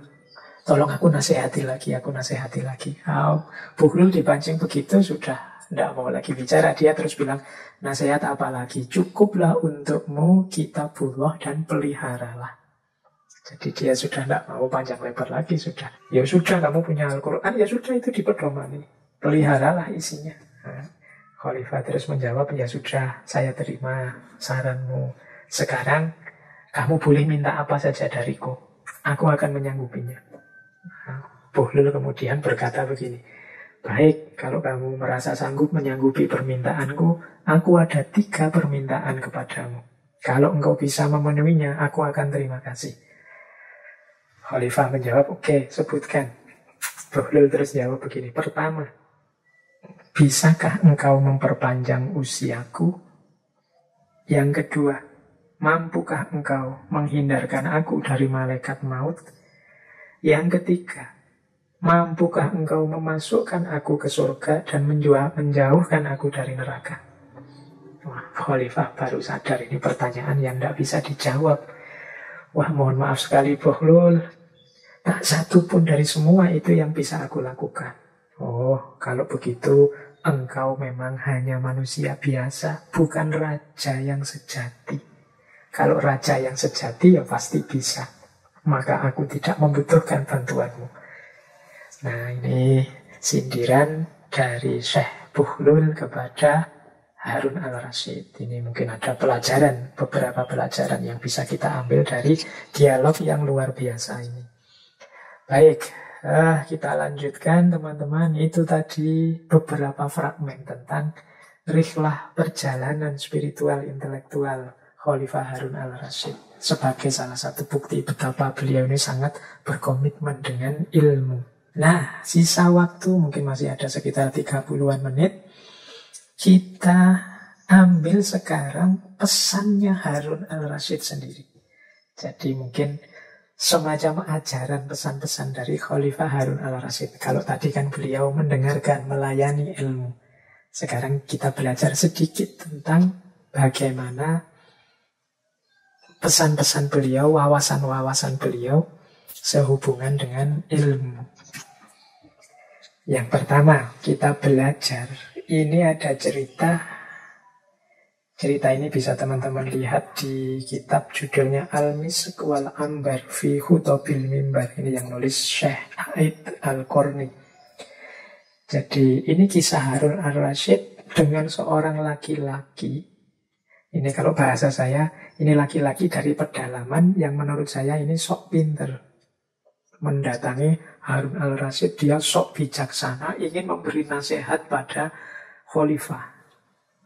Jadi satu ketika seorang laki-laki datang pada Harun al-Rasyid, terus dia menghadap dan dia bilang, "Wahai Harun al-Rasyid, aku punya satu perkataan yang sangat keras dan kasar tentang engkau, maka dengarkanlah." Nah, ini gayanya orang yang mau mengkritik, kemudian wanti-wanti dulu. Ini biar engkau sadar, saya tak pakai kalimat yang kasar. Kalau enggak gitu engkau enggak sadar. Saya akan pakai kalimat yang keras. Nah, mendengar orang ini bicara seperti itu, Harun al-Rasyid kemudian jawab, "Demi Allah, aku tidak bersedia mendengarnya.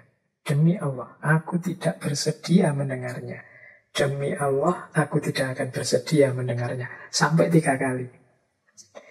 Nah, laki-laki pedalaman itu terus melongo, heran. Kok khalifah menolak? Padahal masyhur sekali khalifah ini mau mendengarkan pendapat, suara, nasihat dari siapa saja. Tapi kok sekarang menolak? Nah, Khalifah Harun al-Rasyid kemudian bicara lagi. Mengapa aku menolak? Karena Allah telah mengutus orang yang lebih baik darimu kepada orang yang lebih buruk dariku. Yang lebih baik darimu itu maksudnya Nabi Musa. Kepada orang yang lebih buruk dariku itu Fir'aun. Jadi ini nama lainnya, aku itu tidak lebih buruk dari Fir'aun, sementara engkau tidak lebih baik dari Nabi Musa. Hubungannya apa? Kemudian Khalifah Harun al-Rasyid, ini loh ada surat Toha ayat 44. Allah memerintahkan Nabi Musa mengingatkan Fir'aun, tapi tidak dengan keras dan kasar dan tidak sopan. Jadi surat Toha ayat 44 itu kan bunyinya faqula lahu qawlan layyinan la'allahu yatadzakkaru aw yakhsha. Jadi Allah memerintahkan Nabi Musa dan Nabi Harun, maka berbicaralah kamu berdua kepadanya dengan kata-kata yang lembut. Mudah-mudahan ia ingat atau takut.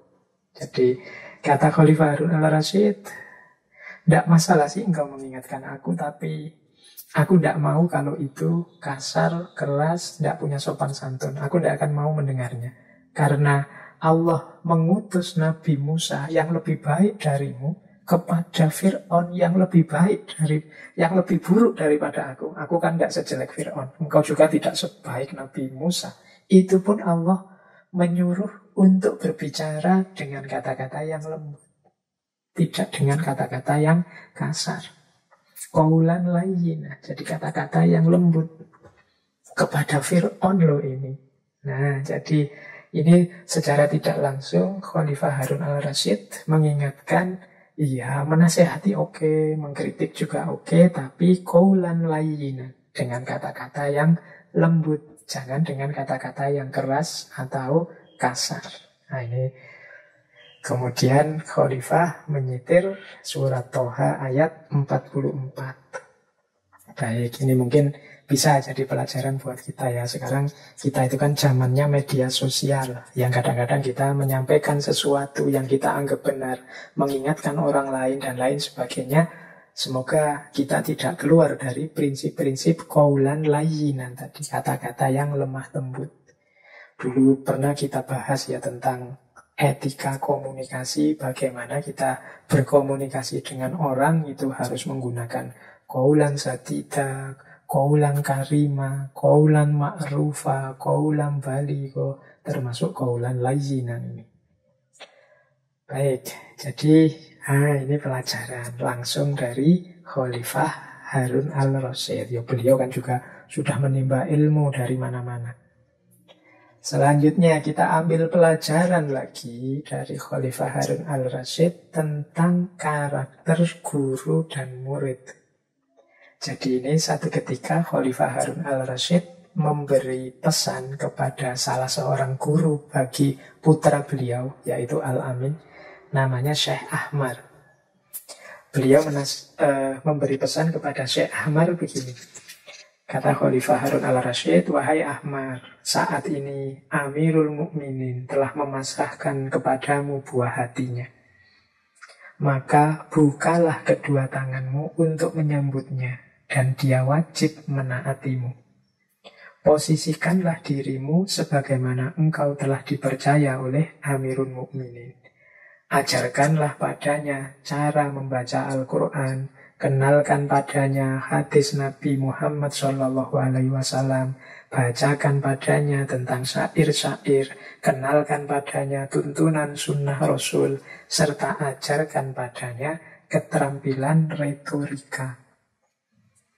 Jadi di bagian pertama ini, Khalifah Harun berpesan, yang pertama, tolong mengajarlah dengan sepenuh hati. Bukalah dua tanganmu untuk menyambut mereka. Mereka pun wajib menaatimu. Jadi ini penting ya dalam pembelajaran itu. Seorang guru secara sepenuh hati mengajar murid-muridnya, memang nawaitunya untuk mencetak generasi unggulan demi masa depan umat, demi masa depan bangsa, masa depan negara. Sebaliknya seorang murid nawaitunya adalah mengikuti, menaati apapun yang disampaikan oleh gurunya. Jadi gerbangnya ilmu itu nanti ini. Jadi keseriusan, totalitas, keterbukaan seorang guru plus kepatuhan, ketaatan seorang murid. Kemudian yang kedua, materi. Jadi di situ disebut materi, ajarkanlah yang penting-penting. Al-Quran, hadis, sunnah Rasul, sastra, syair, termasuk keterampilan berretorika. Jadi selain niat di depan, perlu juga materi yang manfaat, yang cocok, yang sesuai. Kenapa butuh retorika? Ya karena Al-Amin ini calon khalifah. Dia harus pintar berkomunikasi, pintar menyampaikan sesuatu yang menyentuh hati orang. Kalau tentang Al-Quran dan hadis kan jelas. Ini dalam konteks komitmen keagamaannya. Jangan lupa juga sastra, syair-syair. Jadi di atas tadi kita jelaskan bagaimana pentingnya ranah sastra dalam kehidupan estetik, kehidupan berbangsa, bernegara.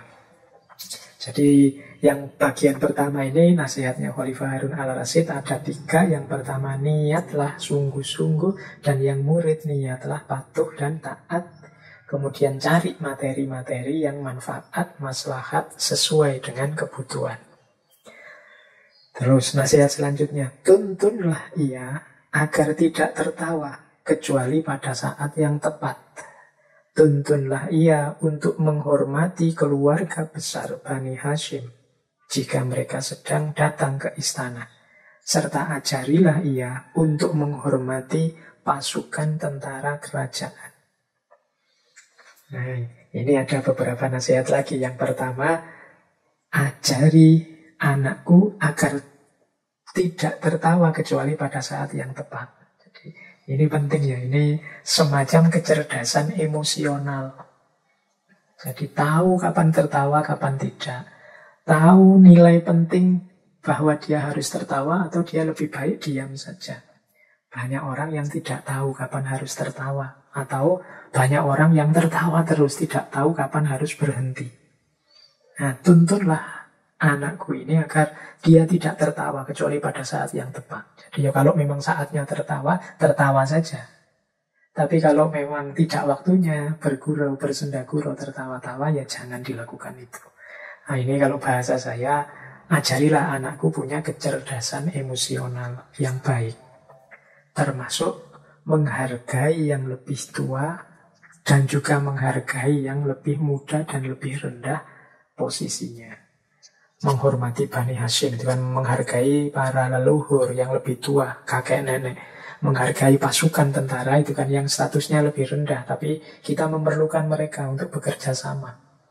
Nah, ini pesan di bagian kedua, ini pesan untuk, kalau bahasa hari ini mungkin mendidik karakternya. Nah, kemudian yang bagian ketiga, strategi pembelajarannya. Kata pesan Harun al-Rasyid, janganlah engkau lengah sedikit pun dalam mendidiknya. Jangan menggunakan kekerasan, karena itu akan mematikan hati dan perasaannya. Tetapi di sisi lain, janganlah engkau terlalu permisif, sehingga dia merasa nyaman membuang-buang waktu. Jika engkau ingin meluruskannya atas dasar suatu perkara, dekatilah ia dengan lemah lembut. Jika cara ini tidak diindahkan olehnya, maka kamu berhak mengingatkannya dengan cara yang keras. Jadi yang terakhir ini strategi pembelajarannya. Yang pertama, jangan lengah. Jadi para guru tolong fokusnya dikuati terus. Karena ini ngomong anak-anak itu seringkali mereka lepas kontrol, lepas kendali, ingin suka-suka, senang-senangnya mereka. Ini kalau kita lengah itu mungkin fase-fase penting dalam hidup mereka terlewati dengan tidak berguna. Jadi jangan lengah, yuk fokus. Kemudian jangan menggunakan kekerasan. Karena terlalu sering menggunakan kekerasan itu mungkin membuat murid-murid, siswa-siswa kita resisten. Jadi dia hatinya mati dan perasaannya juga mati. Dia tidak menikmati gairah berilmu, passion keilmuannya tidak akan hidup. Jadi jangan menggunakan kekerasan. Tetapi juga jangan terlalu permisif. Jadi apa-apa boleh, salah juga didiamkan saja. Dimaafkan terus-menerus. Lama-lama dia akan kebal dari kesalahan, tidak punya rasa bersalah. Dia akan melakukan banyak kesalahan, membuang-buang waktu saja. Jadi jangan terlalu permisif, tapi juga jangan terlalu keras. Pinter-pinter seorang guru mengatur ritme berhubungan dengan muridnya. Nah, jika engkau ingin meluruskan satu perkara, saran khalifah, dekatilah ia dengan lemah lembut. Jadi peringatan pertama kepada murid atau siswa yang salah dan keliru itu ya diingatkan dengan lemah lembut. Ditunjukkan di mana salahnya, diarahkan bagaimana dia memperbaikinya. Jadi serangan pertama itu yang lemah lembut. Baru kalau memang dia tidak mengindahkan, tidak peduli dengan peringatan itu, kamu berhak mengingatkannya dengan cara yang lebih keras. Mungkin suara kita agak ditinggikan, mungkin dicubit kecil, dijewer kecil, sampai dia sadar bahwa itu salah, itu keliru dan harus diperbaiki. Jadi ini pesan Khalifah Harun al-Rasyid tentang karakter seorang guru dalam mengajar. Ya tentu saja ini nanti hubungannya dengan muridnya. Jadi tadi yang di atas dijelaskan bagaimana niatnya, bagaimana pilihan-pilihan materi yang harusnya dipilih dan disampaikan, dicari yang penting, manfaat, maslahat, barokah. Kemudian karakter yang harus dihidupkan dalam diri murid-muridnya. Kemudian bagaimana agar kita punya strategi pendekatan yang tepat dalam mengajar. Tidak terlalu keras, juga tidak terlalu permisif. Nah, ini pesan-pesan Khalifah Harun al-Rasyid kepada Syekh Ahmad, gurunya Muhammad al-Amin, yang nanti menggantikan Khalifah Harun al-Rasyid. Ada juga riwayat tentang pesan Harun al-Rasyid kepada guru putra mahkota yang lain, yaitu Al-Ma'mun.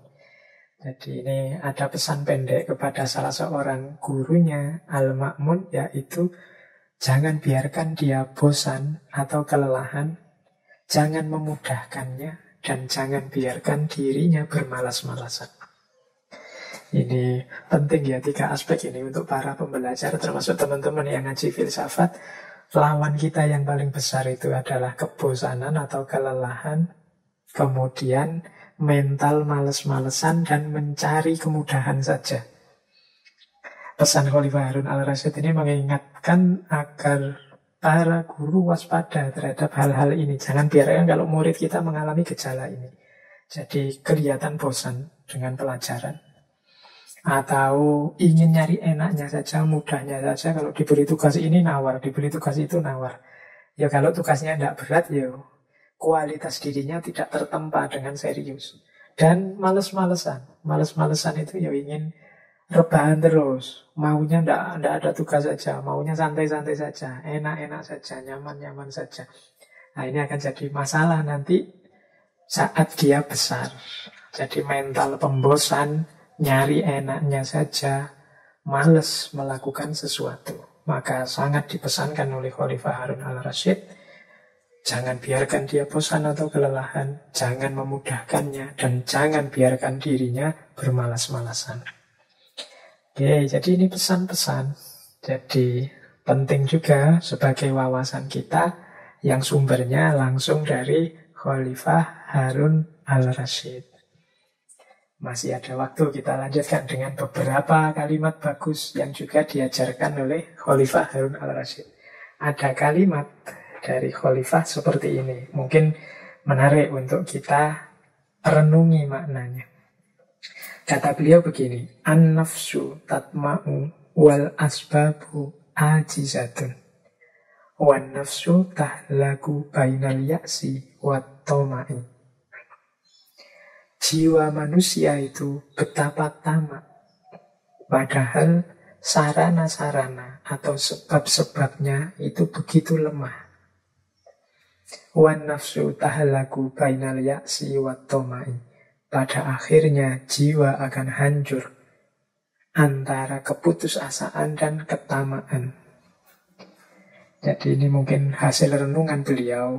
Jiwa itu kan, diri kita itu kan selalu menuntut macam-macam. Ingin ini, ingin itu, yang tidak ada berhentinya. Satu keinginan terpenuhi, berkembang jadi keinginan yang lain. Terpenuhi, nambah lagi keinginan apa. Manusia itu tidak pernah kenal berhenti. Sudah. Yang kaya itu masih ingin nambah kekayaannya. Yang punya jabatan ingin lebih tinggi lagi, ingin lebih tinggi lagi, ingin lebih tinggi lagi. Nah itu nafas. Dia selalu tomak, selalu berharap menginginkan yang lebih lagi, lebih lagi. Itu kalau sindirannya Al-Quran kan alhaqumut takatsur hatta zurtumul maqabir. Orang lupa, padahal al-asbabu ajizatun. Asbab, sebab-sebab, sarana-sarana, daya kita yang jadi wasilah terpenuhinya keinginan kita, itu ajizah. Ajizah itu lemah. Kita manusia ini kan tidak tanpa batas kekuatan dan daya kita. Wal asbabu ajizatun. Kita ini lemah. Orang sering tidak sadar batas kekuatannya, dia hanya memanjakan keinginan dan ketamaannya. Pada akhirnya, jiwa manusia itu hancur. Kalau tidak karena keputusasaan, bisa jadi juga karena ketamaan. Keputusasaan itu berarti ada keinginan yang tidak terpenuhi sehingga dia kecewa luar biasa, patah hatinya, runtuh dunianya, itu ya'as. Nah, kalau situasinya seperti ini, ya jiwa hancur. Atau berhasil terus. Yang diinginkan sukses, yang diinginkan sukses. Lama-lama justru jiwa kita hancur karena apa? Ketamaan ini. Karena kita tidak kenal berhenti. Sehingga kesuksesan-kesuksesan kita yang menyusul terus-menerus pada akhirnya juga menghancurkan jiwa kita. Orang yang diburu-buru ketamaan itu kan orang yang tidak sempat menikmati hidupnya. Jadi dari target ke target, dari sasaran ke sasaran terus, tidak ada berhentinya sampai jiwanya hancur. Jadi Khalifah Harun al-Rasyid menasihati kita hati-hati dengan ketamaan. Ketamaan itu sukses atau tidak sukses akan menghancurkan jiwa kita. Kalau dia sukses, ya kita akan hancur karena ketamaan itu. Kalau tidak sukses, kita akan hancur karena keputusasaan, gara-gara keinginan kita tidak terpenuhi. Nah, ini menarik nasihat dari Khalifah Harun al-Rasyid. Ada pula satu kalimat yang masyhur sekali dari beliau, man syawara kathura sawabuhu. Barang siapa yang bermusyawarah, maka dia akan lebih banyak shawabnya, lebih banyak benarnya, tepatnya. Ini kesadaran sosial sekaligus kesadaran individual. Kesadaran individual itu berarti kesadaran bahwa kita itu lemah. Dalam banyak hal kita perlu dukungan orang, kita perlu bantuan orang untuk menemukan kebenaran. Dia juga kebijaksanaan secara sosial. Kita itu hidup bareng-bareng orang lain. Yang baik menurut kita itu kadang tidak cocok, tidak sesuai untuk orang lain. Sehingga satu-satunya jalan untuk tidak menyakiti, tidak berkonflik dengan orang lain, ya kita memperbanyak musyawarah. Nah, kalau kita banyak musyawarah, nanti lebih banyak tepatnya keputusan-keputusan kita. Banyak masalah kita hari ini yang mungkin bisa selesai kalau kita saling terbuka, duduk bersama, mencari solusi bersama. Daripada kukuh ngeyel dengan kebenaran-kebenaran individual kita, dengan proyeksi-proyeksi kita tentang kebenaran. Maka man syawara kasura sawabuhu. Dan yang terakhir ini saya bawa juga satu kalimat dari Khalifah Harun al-Rasyid. Kata beliau begini, aku tidak bangga dengan keberhasilan yang tidak aku rencanakan. Sebagaimana aku tidak akan menyesal atas kegagalan yang terjadi di ujung usaha yang maksimal. Jadi Khalifah Harun al-Rasyid di kata mutiara ini mengajarkan kita yang pertama, hidup ini jangan asal-asalan. Kita punya cita-cita, kita punya keinginan, kita punya tujuan. Mari kita rancang sebaik mungkin dan kita usahakan semaksimal mungkin. Kalau sudah kita usahakan semaksimal mungkin, kok gagal, ya tidak apa-apa. Kita tidak akan menyesal karena sudah sepenuh daya, ya memang itu batas kemampuanku. Jadi aku tidak akan menyesal atas kegagalan yang terjadi di ujung usaha yang maksimal. Tapi meskipun berhasil, tapi itu bukan karena usaha kita, bukan karena rencana dan rancangan kita. Kata Khalifah, aku tidak akan bangga sama sekali. Jadi tidak pantas kita bangga. Karena mungkin itu hanya kebetulan. Atau jangan-jangan itu ilusi kita sendiri. Ketertipuan kita dan lain sebagainya. Jadi porsinya manusia itu hanyalah berencana dan mengusahakan semaksimal mungkin. Dari situ nanti kita bisa berbangga kalau kita berhasil dan tidak akan menyesal seandainya gagal. Jadi ini penting nanti untuk kita renungi ya dalam hidup kita ini. Jadi pesan utama dari kalimat terakhir ini adalah menyarankan kita untuk tidak hidup asal-asalan, untuk tidak hidup sesuka-suka kita. Mari kita rancang dan kita jalankan sepenuh kemampuan kita.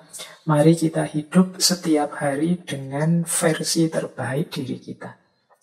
Pak, ini adalah sholat yang paling baik yang bisa saya lakukan. Ini adalah karya yang paling baik yang bisa saya buat.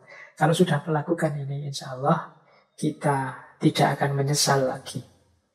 Seandainya gagal pun, kita tetap puas dengan kesadaran bahwa memang seperti itulah batas kemampuan dan kuasaku.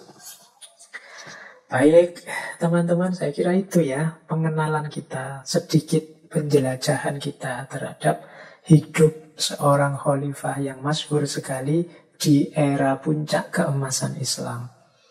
Tentu saja yang saya uraikan malam hari ini hanya memframe satu bagian, satu babak dari kehidupan Khalifah Harun al-Rasyid, bagian kecintaannya pada ilmu dan seputar itu. Jadi tidak masuk ke mana-mana. Dan nanti Khalifah Harun al-Rasyid ini meninggal tahun 193 Hijriah. Dan beliau ini meninggal masih di usia sangat muda. Bahkan lebih muda dari saya. Beliau meninggal usia 44 tahun. Jadi sebelum beliau meninggal itu beliau sedang berangkat ke Khurasan untuk menumpas pemberontakan. Jadi ada pemberontakan dari Rafiq bin Lais. Beliau ini sedang ingin merdeka sendiri, jadi ingin separatisme kalau bahasa kita hari ini. Dan khalifah dalam perjalanan untuk menumpas pemberontakan itu, tapi di tengah jalan beliau sakit dan terpaksa berhenti di daerah Tus.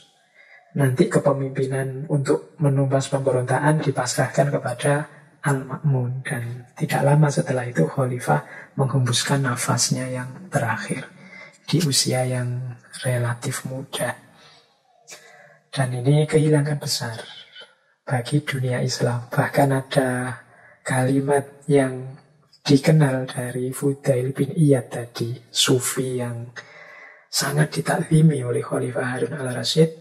Ketika meninggalnya Khalifah, Fudail ini berkata begini, tidak ada seorang pun kematiannya yang lebih aku tangisi dibandingkan kematian Amirul Mukminin Harun al-Rasyid.